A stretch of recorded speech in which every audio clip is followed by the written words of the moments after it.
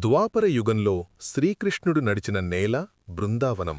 కాని అదే బృందావనంలో సైన్స్కి కూడా అంతుచిక్కని ఒక వింత ప్రదేశముంది. అదే నిధివనం. పగలువేళ్ల భక్తులతో కిటకిటలాడే ఈ ప్రదేశం సాయంత్రం 5 గంటలు దాటితే నిర్మానుష్యంగా మారిపోతుంది. అక్కడ ఉండే పక్షులు, కోతులు కూడా సూర్యాస్తమయం కాగానే ఆ ప్రదేశాన్ని వదిలి వెళ్ళిపోతాయి. అసలు రాత్రిపూట అక్కడ ఏం జరుగుతుంది? పురాణాల ప్రకారం ఇప్పటికీ ప్రతిరోజూ రాత్రి సాక్షాత్తూ ఆ శ్రీకృష్ణ పరమాత్ముడు ఈ నిధివనానికి వస్తాడు. రాధాదేవి మరియు గోపికలతో కలిసి రాసలీలా ఆడుతాడు.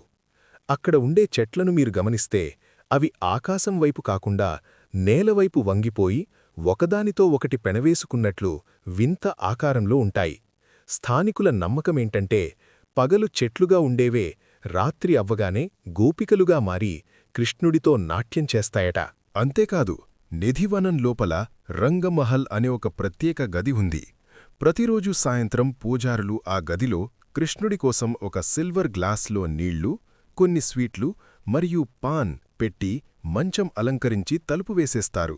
దానికి 7 తాళాలు వేస్తారు.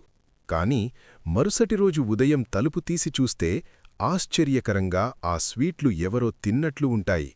ఆ మంచం మీద ఎవరో పడుకుని లేచినట్లుగా దుప్పటి నలిగిపోయుంటుంది. తాళాలు వేసి ఉన్న గదిలోకి ఎవరు వెళ్తారు, ఎవరు తింటారు అనేది ఇప్పటికీ ఛేదించలేని మిస్టరీ. మరి ఇంత జరుగుతోంది కదా, రాత్రిపూట అక్కడ దాక్కుని దేవుణ్ణి చూడొచ్చు కదా అని మీకు అనిపించవచ్చు. కాని అలా చేయడానికి ప్రయత్నించిన వాళ్ళెవ్వరూ క్షేమంగా లేరు. రాత్రిపూట ఆ వనంలో ఎవరున్నా సరే మరుసటి రోజుకి వాళ్లు చనిపోవడమూ లేదా కళ్ళు, చెవి మరియు గొంతు పనిచేయకుండా పోయి పిచ్చివాళ్లుగా మారిపోతారని స్థానికులు చెబుతారు. వాళ్లు చూసిన దృశ్యాన్ని చెప్పే శక్తిని కోల్పోతారు. అందుకే సాయంత్రం హారతైపోగానే అక్కడి పూజారులు కూడా వెనక్కి తిరిగి చూడకుండా బయటకు వచ్చేస్తారు.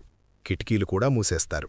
ఇది మూఢనమ్మకమా, లేక మన కళ్లకు కనిపించని దైవశక్తినా?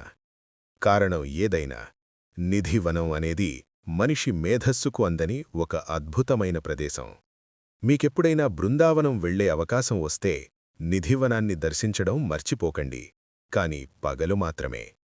హరే కృష్ణ.